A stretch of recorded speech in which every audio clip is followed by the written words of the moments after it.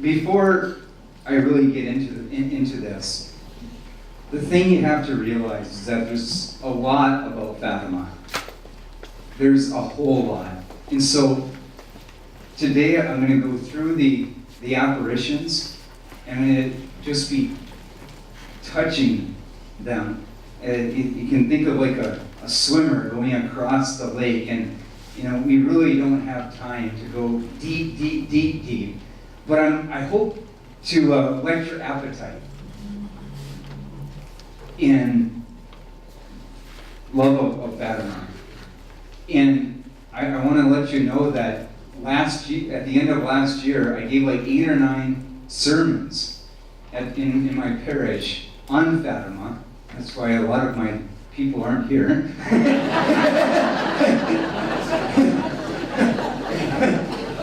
Because they've heard a lot, but I could go deeper and deeper. And so again, I cannot do justice to Fatima here, and that's really the difficult thing for any presenter on something that you love so much, right? Is you want to be able to communicate your heart's love, but everything just seems to fall short, right?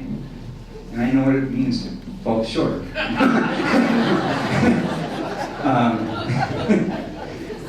So, Father Rob, where are you? Okay. Father Rob and I actually got to go to Fatima together back in 2001. We were in the seminary, and at the time, I didn't know anything about Fatima. I knew about the miracle of the sun. I had watched the cartoon. I so wish that I knew more about the Fatima message back then, because we were in the seminary. We had this really almost 2-month pilgrimage that went through Spain, Portugal, France, and Italy. And when we finished, we got to have a personal audience with Pope John Paul II, Saint Pope John Paul II. It was amazing. And the thing that really touched me in that whole thing, I mean, different guys had different experiences, but the one thing that touched me more than anything else, and I knew a lot more about words, by the way, but it was Fatima. I mean, I just could experience the holiness of the place. And I had an amazing experience of confession there, where actually the priest, as I was giving my confession, and I hadn't deliberately omitted any of my sins, but the priest says, "How about this?" And I'm like, it was truly an amazing experience. And then being in the Cova de Iria and being in some of these other places that we'll be talking about, I didn't know so much all that I know today about it, but it was just so spiritually powerful. And from that, I came back and I started reading about Fatima. So let's get into this here. Fatima, it's in the center of Portugal. And in 1916, the oldest of the 3 visionaries was Lucia. She was 9 years old in 1916. 9 years old. Her little cousin Francisco was 8. He was a young 8. When you're reading the story, sometimes she's 2 years older than him, sometimes she's 1 year older, and it just depended on what part of the year it was. But he was a young 8, and then his little sister, Jacinta, was 6. They were shepherd children. They came from very devout families. They would, in the morning, a lot of times they go to daily mass, and they would then go and tend the flock. And when they were tending the flock, they would, before eating their lunch out in the fields with the sheep, they would say the rosary. But as kids tend to, they try to cut corners. And so they took it very, very literally, you know. And in the rosary it says, Hail Mary, Hail Mary, Hail Mary, so that's how they prayed it. Our Father, Hail Mary, Hail Mary, Hail Mary. Okay, that's done. Now we can have our lunch, right? And it's funny because they all had different little personalities too. Lucia was a very sanguine personality. She was happy-go-lucky, very popular with her peers. Everyone wanted to hang around her. Francisco was more shy, very introverted. He would talk around his cousins, but when it came to other kids, he would kind of let them push him around, kind of a thing. And they didn't like playing games and sports with him because he didn't care who won. And then there was his little sister, Jacinta. I'm totally opposite of Francisco. I'm more like Jacinta. Jacinta was very high-spirited. She was the competitive one. And she was very stubborn. She could cry easily if she didn't get her way. She was 6 years old. You know? In the spring of 1916, of course, what world event was going on at the time?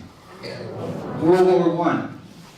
World War I, that was touted to be the war that would end all wars. It was touted to be the war that would end all wars. In one battle, World War I, the Battle of Verdun, which lasted a number of months, 400,000 were wounded, 300,000 killed. One battle.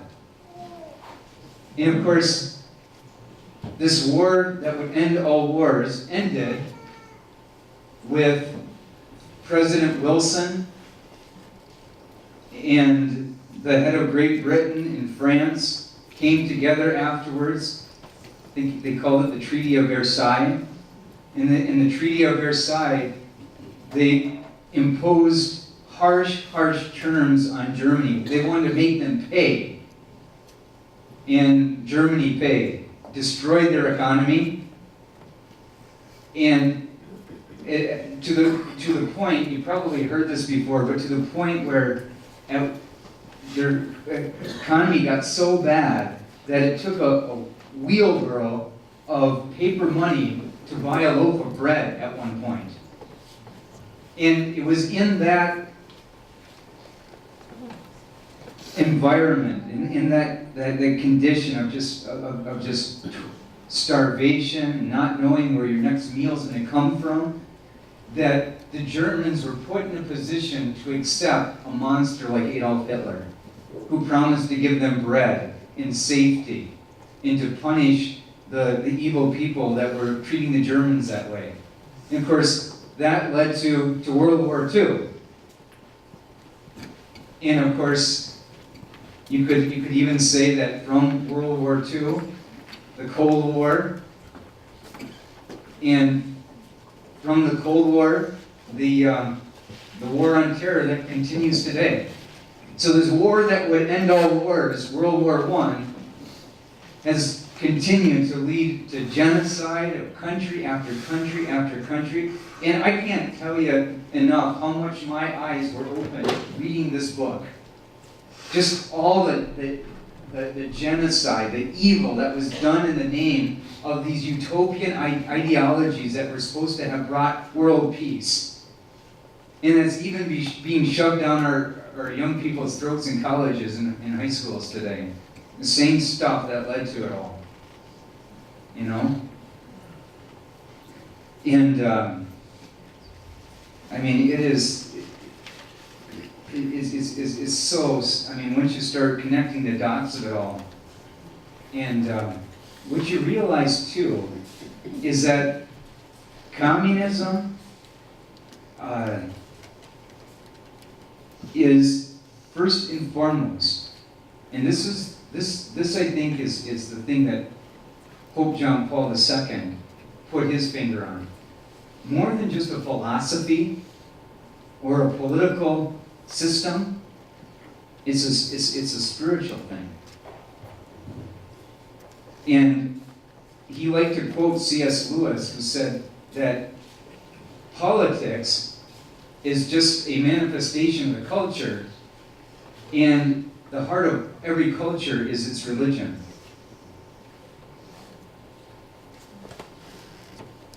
And so, when our Blessed Mother comes to Fatima and says, I have a message that will end all wars, but it's a spiritual message, and it's a call to take up spiritual arms, most people will look at the politics, they'll look at the weaponry, they'll look at the big armies, and like, wait a second, how is little old me in Lance or Berga, wherever you're from, praying my rosary, making these sacrifices, going to stop something like communism, or stop the spread of Marxism? Well, because at the heart of it, it's a religious, it's a religious system, an anti-God religious system. And so it takes spiritual weapons to fight a spiritual reality, right? And you saw that over and over and over in these countries that, for example, Portugal, Austria. I had no idea about the history of Austria and how the Soviets just left Austria. They left Austria without firing a shot in 1955 at the heart of the Cold War.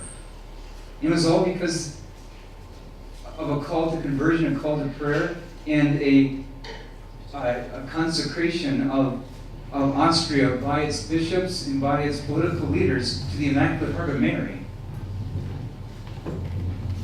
And when I start going through some of this other part of this history, you're going to see that it's really what has conquered has been spiritual weapons.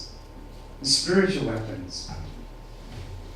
And so, again, 1916 in the spring. Last year was the anniversary of this. The shepherd children were in a little rocky area, a little bit outside of their village called Ajustro. And Ajustro is kind of like a suburb, you could say, of Fatima. Just like Lathrop is a suburb of Rock. Lathrop is, which is a suburb of or how Little Lake, is it called Little Lake? Is a suburb of Wynn, where I come from, St. Ignace, Evergreen Shores, just to the north, is a suburb of St. Ignace, So, they're both little hamlet. Fatima's a little bit bigger. Ajustro is a little bit smaller. They're only a couple miles from each other. But they were tending the sheep in this little rocky area called La Cabeza. And I'm going to read to you what Lucia later on, many years later, wrote about this apparition. It says, "And we began to see in the distance, above the trees that stretched to the east, a light whiter than snow in the form of a young man, quite transparent, and as brilliant as crystal in the rays of the sun. As he came near, we were able to see his features. We were astonished and absorbed, and we said nothing to one another. And then he said, 'Do not be afraid. I am the angel of peace. Pray with me.' He knelt, bending his forehead to the ground. With a supernatural impulse, we did the same, repeating the words we heard him say, 'My God, I believe, I adore, I hope, and I love you. And I beg pardon for those who do not believe, do not adore, do not hope, and do not love you.'" After repeating this prayer 3 times, the angel rose and said to us, "Pray in this way. The hearts of Jesus and Mary are ready to listen to you. and then he disappeared. He left us in an atmosphere supernatural that was so intense, we were for a long time unaware of our own existence. Now, all these apparitions, Lucia heard the angel, saw the angel, and spoke. She would speak to the angel, and this happened the next year when our Blessed Mother appeared. Jacinta heard and saw, but Francisco only saw, and so they had to tell him later on what the Blessed Mother and the angels said. And it's amazing, and there's these 3 apparitions of this angel, and every time they're just overwhelmed by the awesomeness of it. And like Lucia said, like, we were astounded. They couldn't tell people, even though like Jacinta was 6. I mean, usually when you hear something, you have to go tell everyone. That happens with adults too. I hear confessions, I know.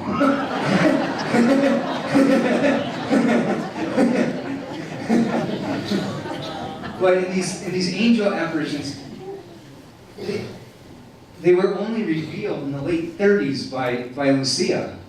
And before, people knew about the Blessed Mother having appeared to her, having appeared to the children. It wasn't a long time after Francisco and Jacinta's death that Lucia just kind of wrote out in one of the memoirs for the Bishop of Fatima, and like, oh, wait a second, there's an angel that appeared to you guys,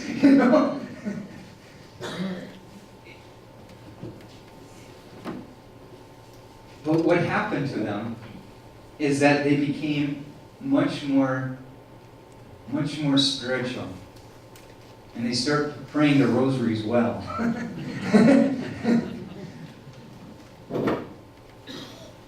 And then later that summer, still 1916, later that summer, this is what happened. Suddenly we saw the same angel near us. What are you doing? You must pray. They were playing games. They were kids. They were tending the sheep, and they were playing games. And Francisco used to play a little flute, so he was musical. But now the angel's coming to them. It's like, what are you doing? You got to pray. You got to pray. And you using your time well. Pray, pray. The hearts of Jesus and Mary have merciful designs for you. You must offer your prayers in sacrifices to God the Most High. And then Lucia asked, but how are we to sacrifice? In every way you can, offer sacrifice to God in reparation for the sins by which He has offended, and in supplication for sinners. In this way you will bring peace to our country, for I am its guardian angel, the angel of Portugal. Above all, bear and accept with patience the sufferings God will send you. And Lucia said that these words sank deeply into their hearts. Now, I just want to stop right there, because I think that practically speaking in our spirituality is one of the most important things. Of course, prayer. And later on, we're going to hear Blessed Mothers, and every apparition, without exception, said, pray the rosary. And at the end, she revealed herself as the Lady of the Rosary. I know I'm getting ahead of myself, but you have to pray. But it says, offer sacrifices in reparation to God for the offenses and sins committed against Him, which Mary will later reveal as the cause of wars, ultimately, and also for the conversion of sinners. Now, just think about how I remember reading Bishop Fulton Sheen a lot when I was a kid. But one of the things that stuck with me in all that reading was, we oftentimes waste our sufferings, don't we? I mean, think about it. All of us did one thing today that we didn't want to do. Got up. Some of you older people will know Neil Sedaka's song, "Waking Up Is Hard to Do," right?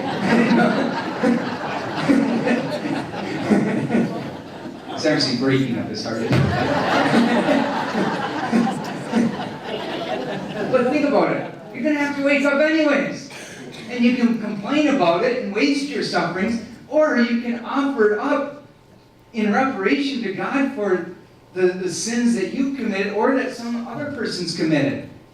And all of us who have done the consecration to Jesus through Mary, we can give that to Mary, and then she can use it for whomever, right?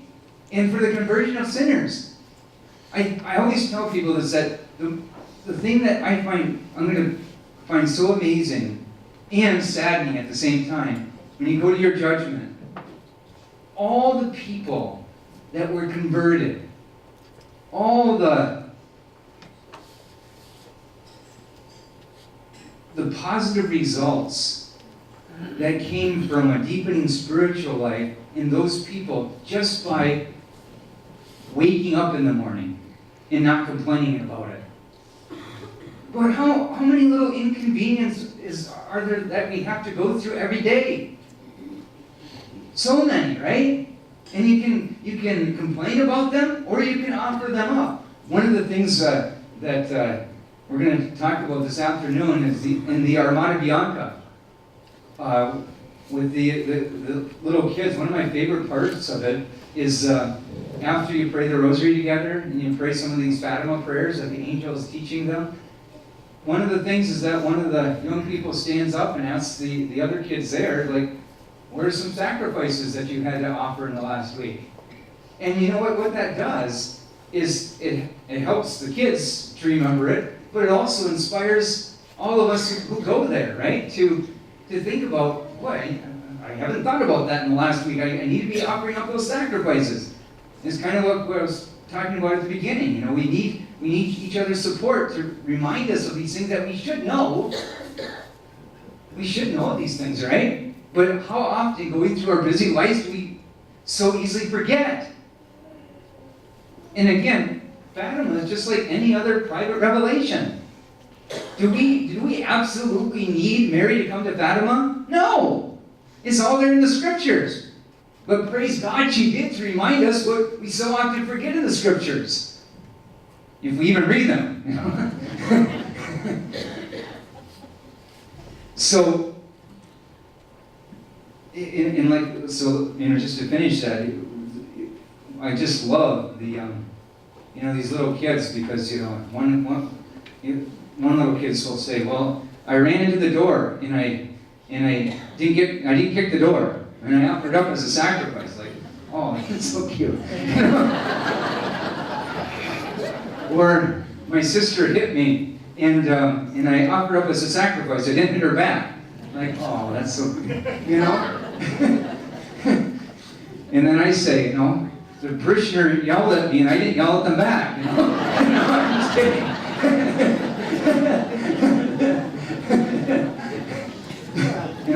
But you have to offer that up as a sacrifice. And again, you've done that total consecration to Jesus, you give it to Mary, right? You give it to Mary, and then she'll do what she wants with it. She has a better mind and a better, more loving heart, transformed in God than we do, right?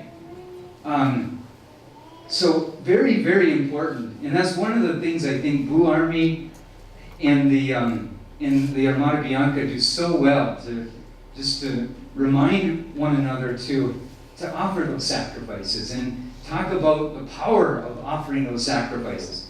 And then the third angel apparition. By the way, what time are we at? It's 10:38 and we're going to 10:40. Oh, perfect.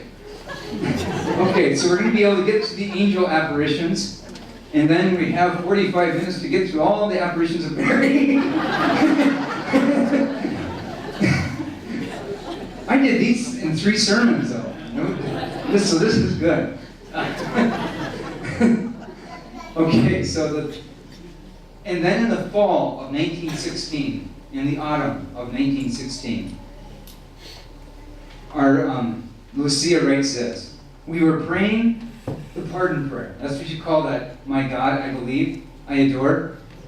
And again, I don't mean to keep on stopping here, but you all got this. And this is an amazing thing that Denise did for us. This card has all these prayers that the angel, the Blessed Mother, teaches in Fatima. This is a treasure. This is a real treasure. So, in the fall, we were praying the pardon prayer. We lifted our heads to see what was happening. So this time they were praying, right? They weren't screwing around. We lifted up our heads to see what was happening. The angel was holding in his left hand a chalice, and over it, in the air, was a host, from which drops of blood fell into the chalice. The angel left the chalice in the air, knelt near us, and told us to repeat 3 times. O Most Holy Trinity. You gotta remember, whenever the Holy Eucharist is present, the other 2 persons of the Trinity are present too, the Holy Spirit and the Father, huh? Because the Holy Eucharist is the body, blood, soul, and divinity of our Lord Jesus Christ. O Most Holy Trinity, Father, Son, Holy Spirit, I adore you profoundly.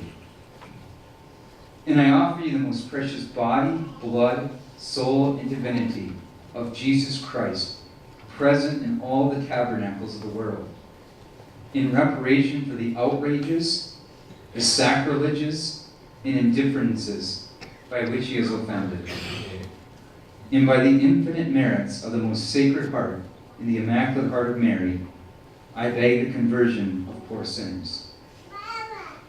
Now think about it.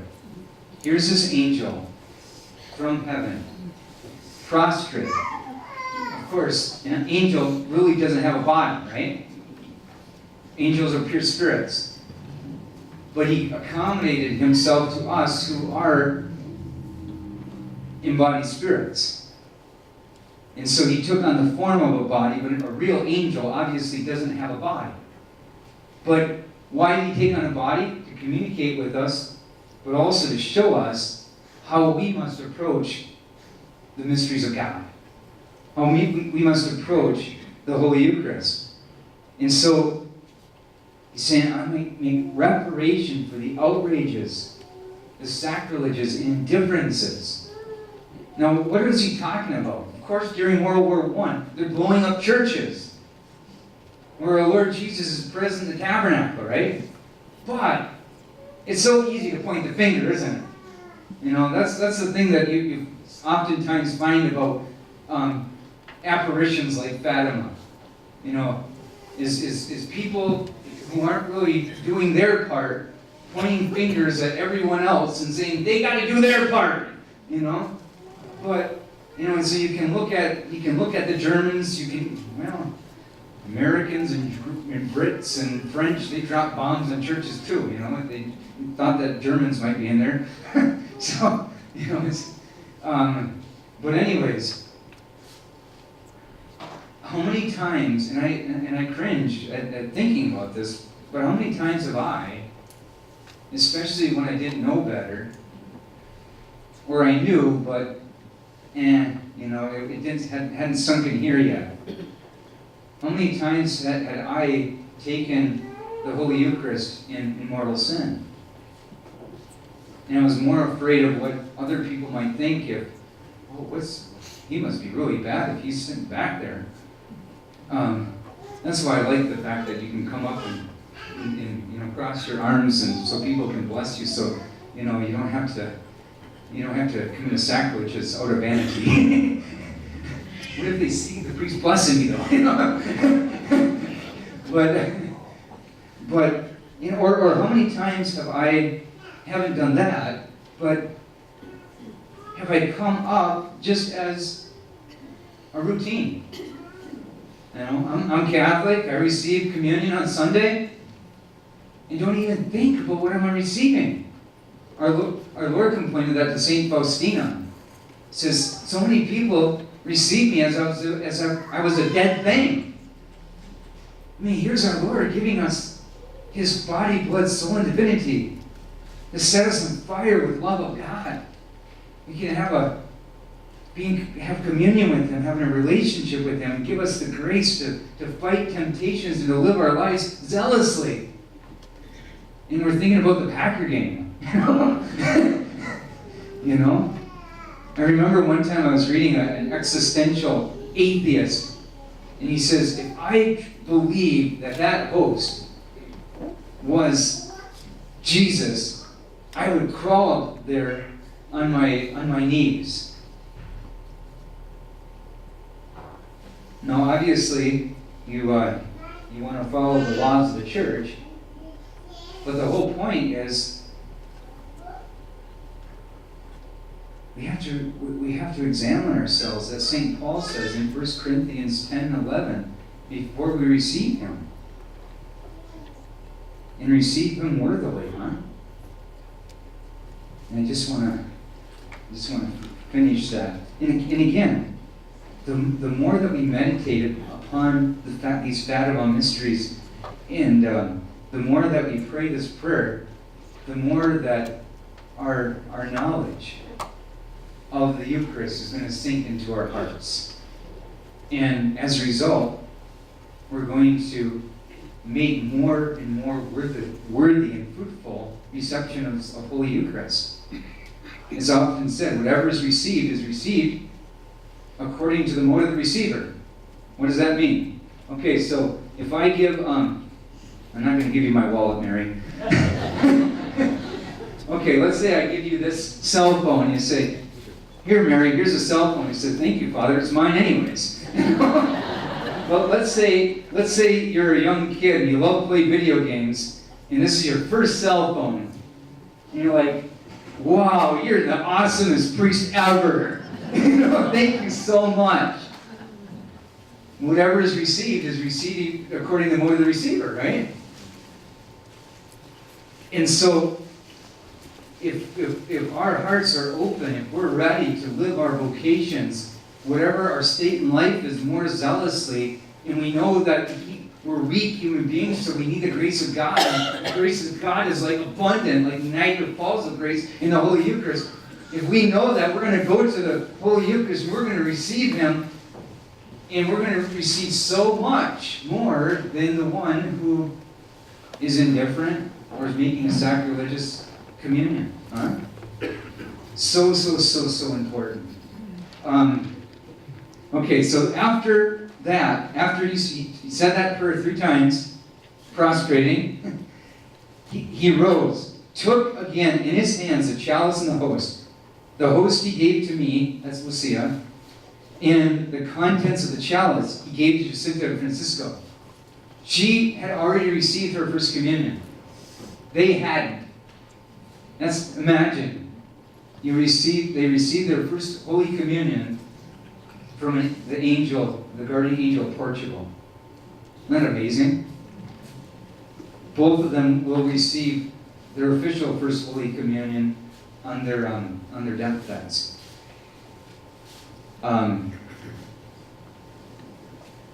He says, eat and drink the body and the blood of Jesus Christ, terribly outraged by the ingratitude of men.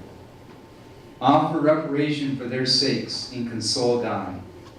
Isn't that so beautiful? Do we ever think about that when we receive Holy Eucharist very, very worthily? That we're actually consoling God?